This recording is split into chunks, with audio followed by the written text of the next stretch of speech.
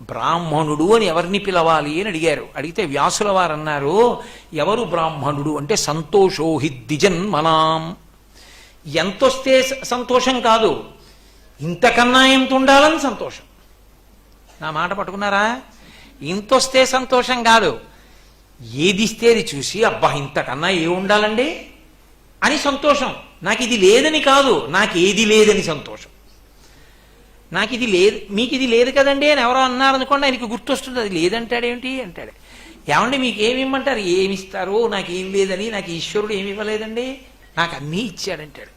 ఆయనకి ఈశ్వరుడు ఇచ్చినవి గుర్తుంటాయి, చాలామందికి ఈశ్వరుడు ఇవ్వనివి గుర్తుంటాయి.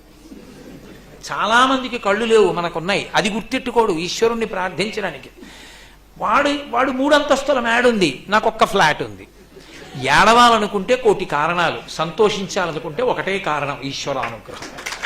కాబట్టి శ్రీశైలము నిత్యతృప్తికి కారణమైనది. ఆ బ్రాహ్మణుడు సంతోషోహి ద్విజన్మనాం, అది ఆయన యొక్క జీవితం. ఒక బ్రాహ్మణ జీవితం ఎన్ని కోట్ల మందిని కాలముతో సంబంధము లేకుండా తరింప చేయగలదో ఆవిష్కరించింది శ్రీశైల పర్వతం.